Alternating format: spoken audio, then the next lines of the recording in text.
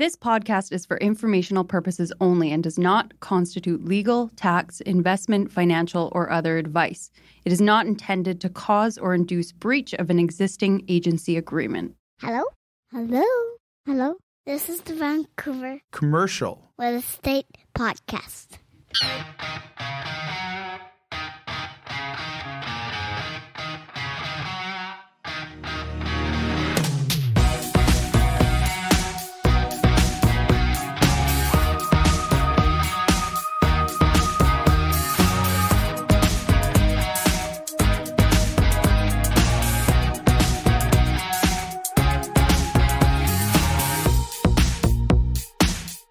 And welcome back to the Vancouver Commercial Real Estate Podcast. I'm your host, Cory, right?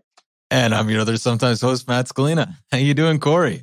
Good yourself. And you've caught me on the road today, Matt, because the real estate market has just gotten so busy that after the last recording, we had to jet out there quickly to go sell some property. But let's go through what we have today on the show. We have CEO and president of the IRL Group, William Donnellan. And some people might recognize Donnellan from Donnellan's Irish Pub over on Granville. Yeah. Well, William runs a chain of Irish-style pubs throughout the city, which is obviously a growing, expanding chain. We wanted to have him on the show to talk about what's going on in the hospitality sector, because as we know, the hospitality sector is one of the largest employers we have in this province, but also has a dramatic impact, both positively and negatively, on the retail side of the commercial real estate market. Yeah, Cory, you know what? You had to move quick, I had to move quick, and William had to move quick. So the conversation is shorter than I would have liked, because I feel like I could have talked to William all day, honestly. But can you flesh out exactly that point? Like, how important is hospitality to Vancouver commercial real estate, and how do you see it? How are the spin-off effects felt? The hospitality sector as a whole is one of the largest employment industries we have in the city. And if you look at how many restaurants, from sushi restaurants to pubs to the cactus clubs of the world, they're all on the retail level. And they also create a lot of foot traffic for a lot of shopping centers and retail type landlords. So as we all know, and we've heard lots of stories about some of the struggles they've had with it, both on cost and labor standpoint side of things coming out of the pandemic, that in the event there was a major shakeup in the hospitality sector, that would have a direct, most likely negative impact on the retail standpoint. So we wanted to have William on today to find out, hey, what does the post-COVID world look like for restaurants and pubs? And what does the future look like for restaurants and pubs? If you watch the news, you see the gentleman on there from the BC Restaurants Association is talking about how sometimes it's very doom and gloom for these type people. We want to find out firsthand from an entrepreneur such as himself, what does the future look like and what's changed post-COVID? Because that will have dramatic impact on the commercial real estate market moving forward. Yeah, and you know what? It's an interesting time, because you're right. Like a lot of doom and gloom. You hear about the negatives all the time. I don't want to spoil this, but William's expanding, and he's been expanding like gangbusters since about 2016. So it's an interesting story and an interesting take. So without further ado, let's get to our episode today with CEO of the IRL Group, William Donnellan. Enjoy. This podcast is presented by Impact Commercial. Impact Commercial, John, Alan, the team over there are fantastic. They've all been on the show. They have, yeah. Friends of the show. Great guys. Wealth of experience. They can help with all your commercial financing needs. Whether it's owner-occupiers, land development funds, commercial investments, or multifamily, these guys got you covered. And they recently obtained their CMHC correspondent lender status. So for all your commercial lending needs, visit them at impactcommercial.ca. That's impactcommercial.ca.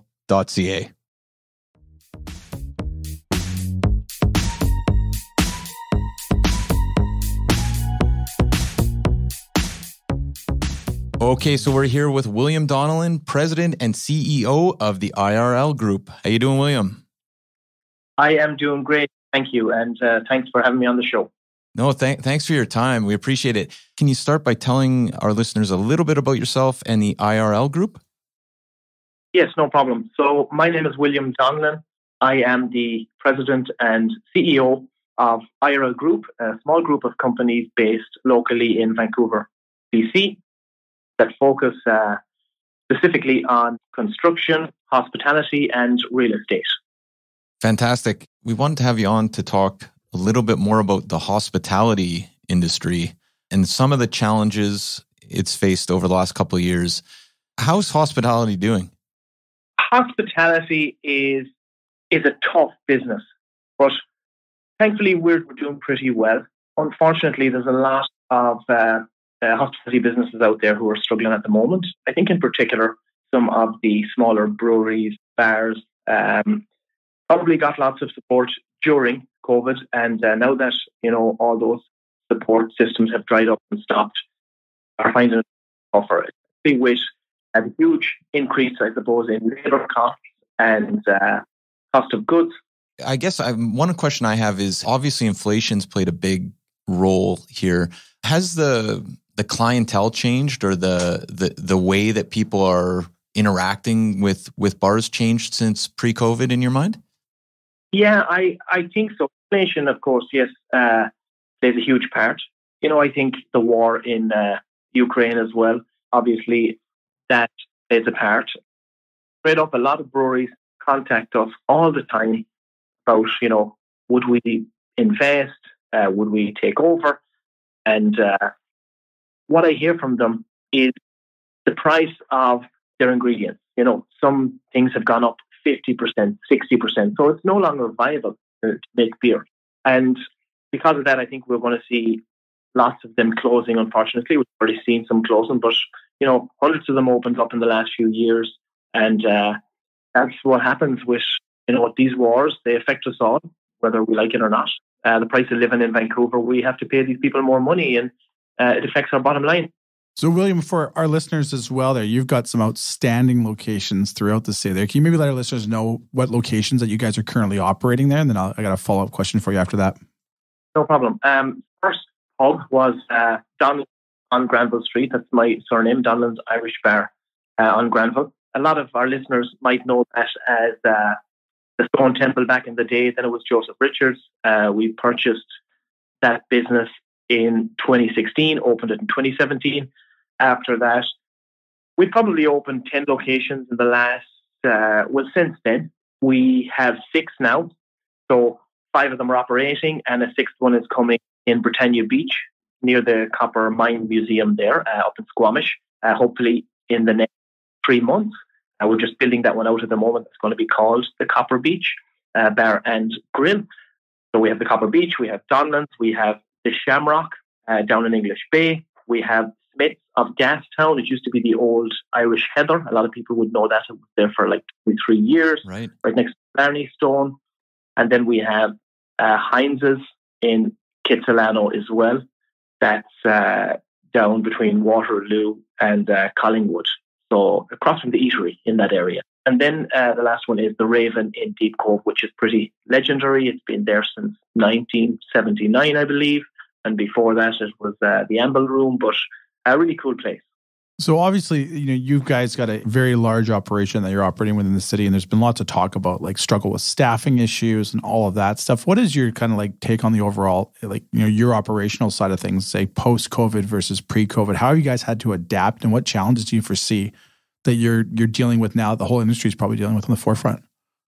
Yeah, very good question. And because I guess we have multiple locations, we have a little bit better buying power. And I know some people were scratching their head and thinking that I had lost my mind when we continued to buy businesses and grow our hospitality sector in particular during COVID. People were like, are you crazy? Some bars are closed down. We don't know what's going to happen. We don't know when this is going to end. But, every cloud has a silver lining. I guess we tried to grow as much as we could with opportunities like that presenting themselves. What changed post-COVID? I think some of the biggest things were we started to think differently about our business, thinking outside the box. We have brought in pop-up kitchen partners, collaborated with local businesses, and that helped a lot because, operating both front of house and back of house, it's a lot of work. And if you can get somebody to come in, a really good partner that's going to bring something new and exciting and some great ideas to your business, why not? It's good for ourselves, our operations, and it's also good for our customers. It gives them something new and a new variety. I think Health and safety is another huge one, lads. Look at sanitization stations, cleaning checklists. We just, I think everybody upped their game when it came to health and safety. And that's a good thing for sure. Contactless services, payments, digital boards, menus. Most places are using the QR scan codes for menus. We continue to use them now. And that's been a real game changer. We implemented new systems like chip wallets because there's not near as much cash as there used to be before the pandemic or before COVID. Now, 95% of our sales is card. I think collaboration as well with local businesses. We work more so with local breweries.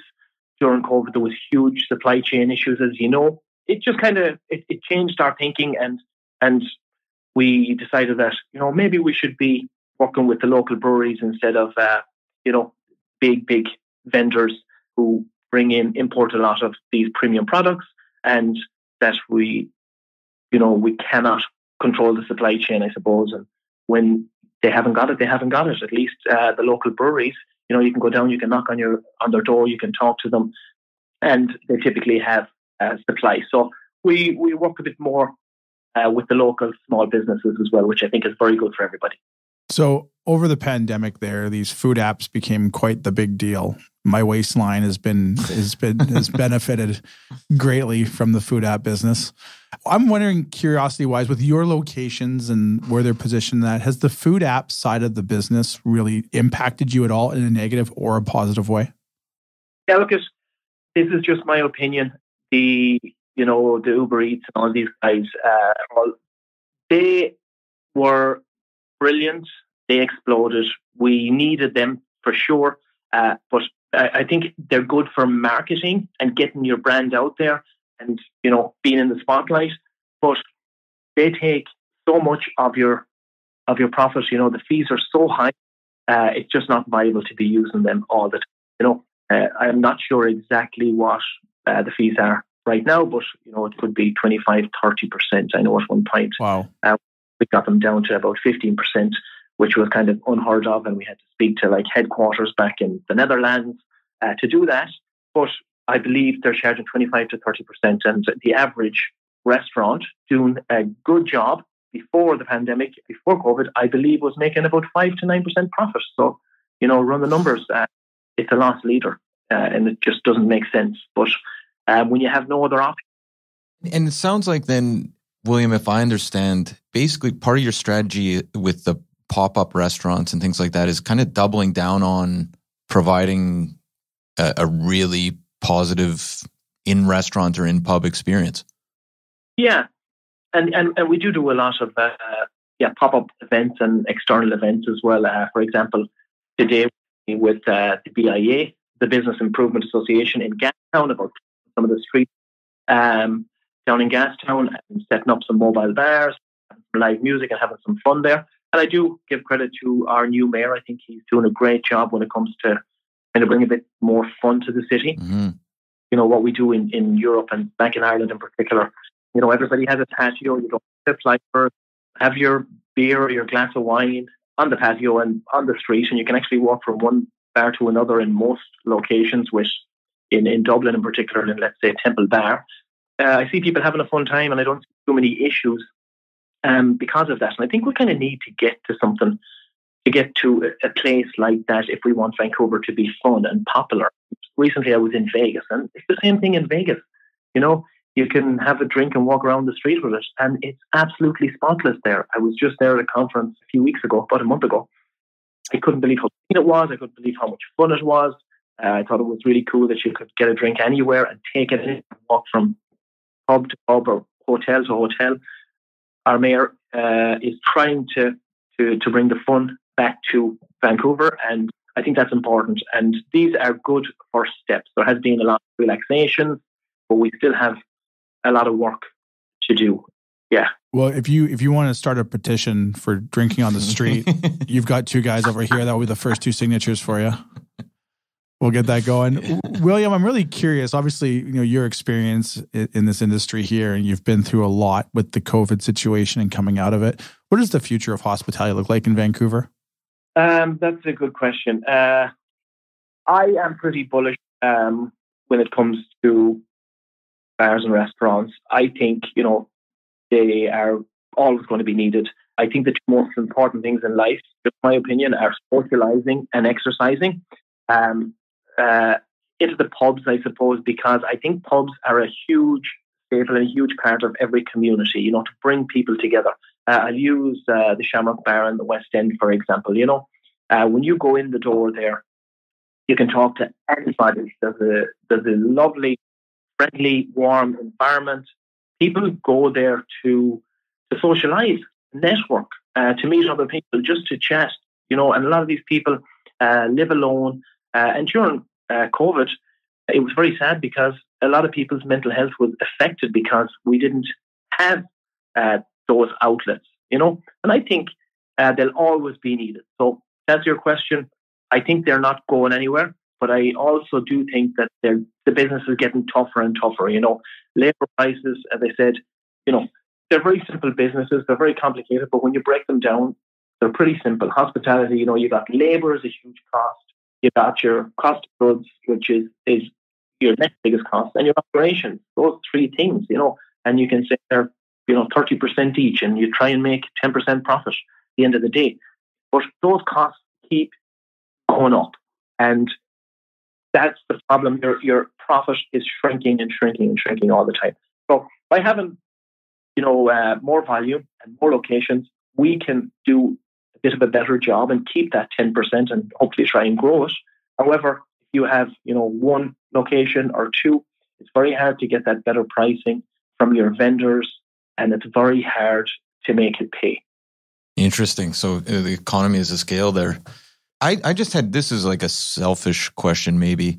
I've noticed, I guess we're both kind of in our 40s. Speak for yourself, man. You're still 39.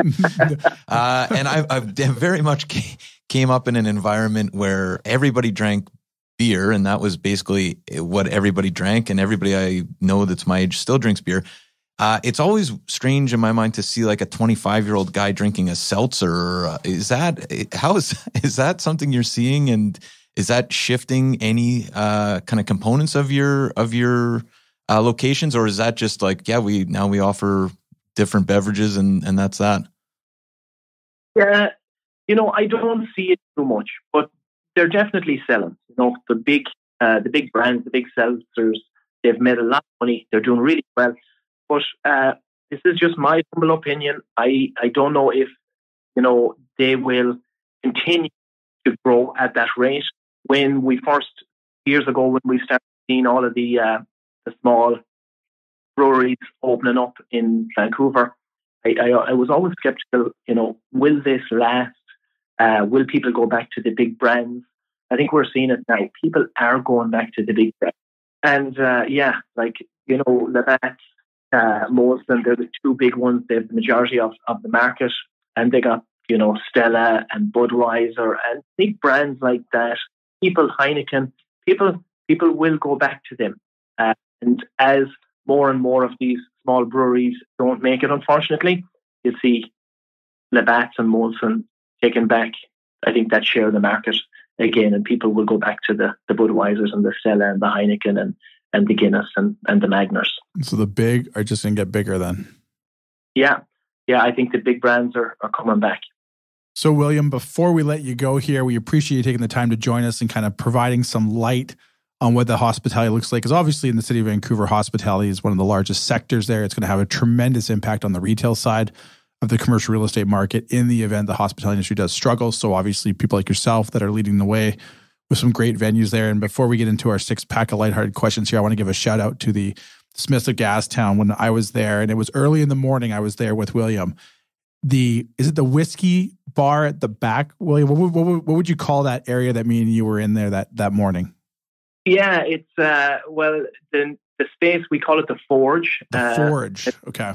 It's Forge, my mother's maiden name, and my family in Ireland, on my mum's side, had pubs in Ireland and across Ireland, and That's where Smith's came from. And then the Forge is like a kind of a little speakeasy out the back. It's a whiskey and cocktail bar. So I want to put it out there that I was there probably 9 a.m, so I wasn't enjoying the beverage scene at nighttime.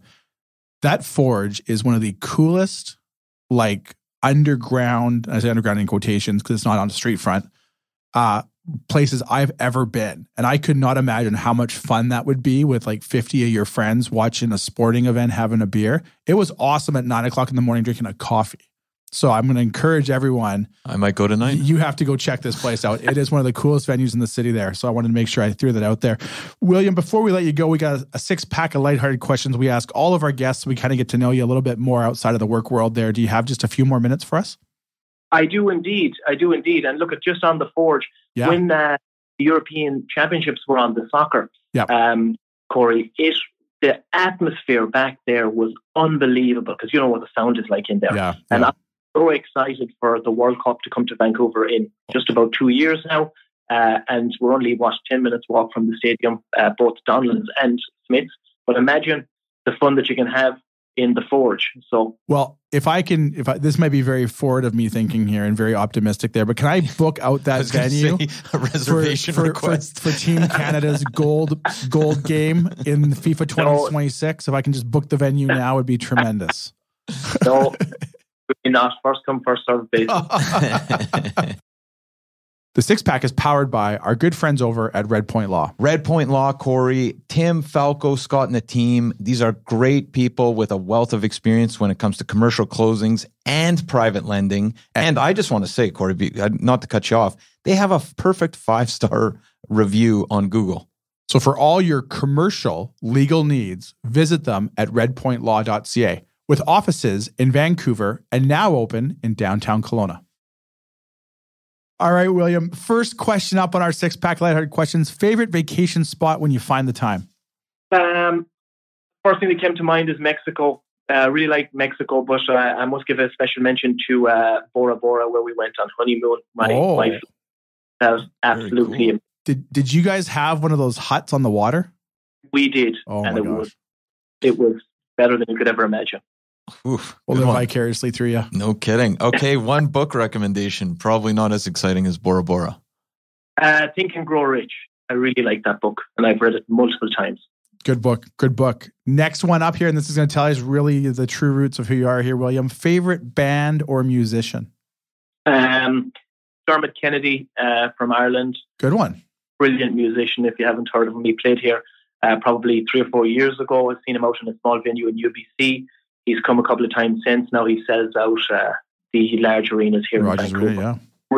Really, really cool guy, down to earth, and an incredible musician. Really like him. Did he come check out your venues when he was in town? No, but he better the next time. There you go. Heard it here. Maybe he listens. Yeah. You're on death row, William. What's your last meal? KFC. Oh, okay. I don't think we've had that one yet. That's good. That's good. All right. It's Friday night. You're not working. You're kicking back. You're having a couple beverages, but you find yourself in a karaoke bar. Someone shoves a mic in your face. What song are you singing? To something by Christy Moore. Something by Christy Moore. Black is the color. Black is the color. Okay. And last but not least, William, and thank you again for your time. Favorite movie or TV show?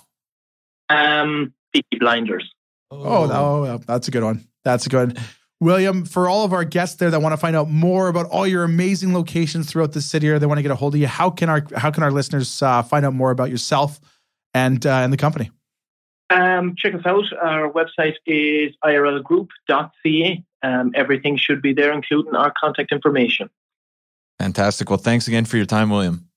Thanks, Cory. Thanks, Matt. Thanks so much for joining us today. Take care. Pleasure to be on the podcast. Thanks a lot, William. Take care. Bye-bye.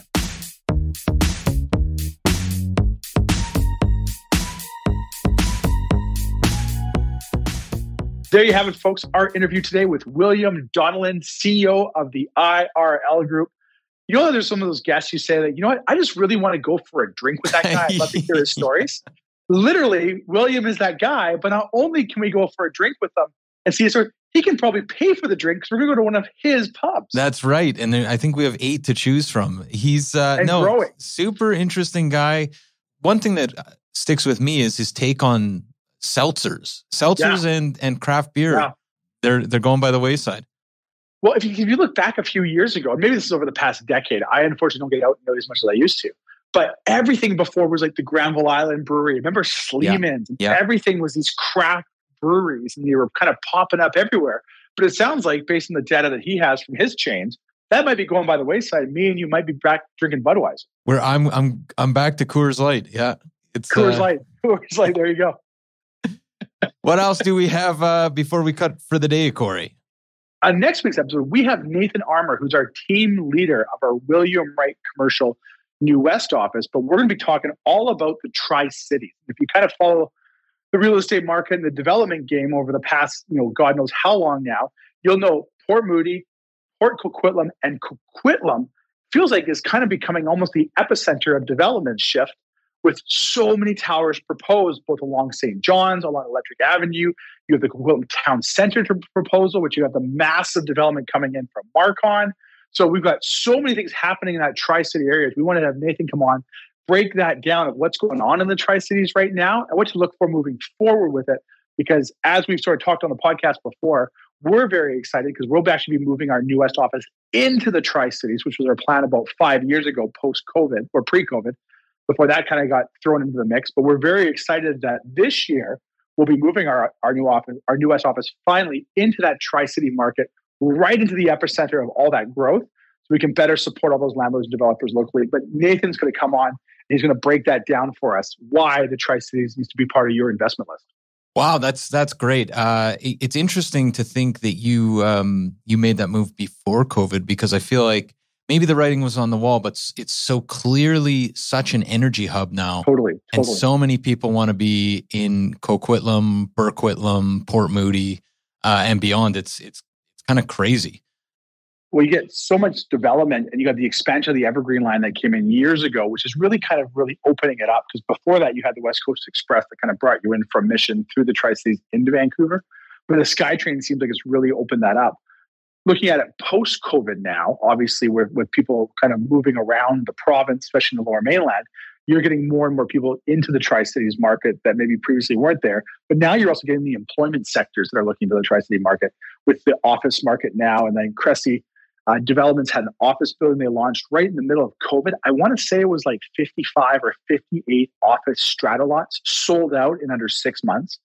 You've got the new Omni projects coming in. You've got so much stuff coming into that immediate area there.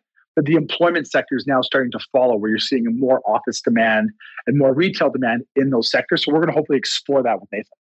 Fantastic. As a final question for you, Cory, how can people find out more about what you're doing over at William Wright? If you want to deal in the commercial real estate realm, please feel free to visit us anytime at our website, williamwright.ca. You can send me an email, Cory@williamwright.ca. Always love hearing from the listeners.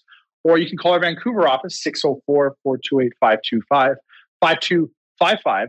Anytime, let us know what you're looking for, and we'll put you in touch with the best office or broker throughout the province.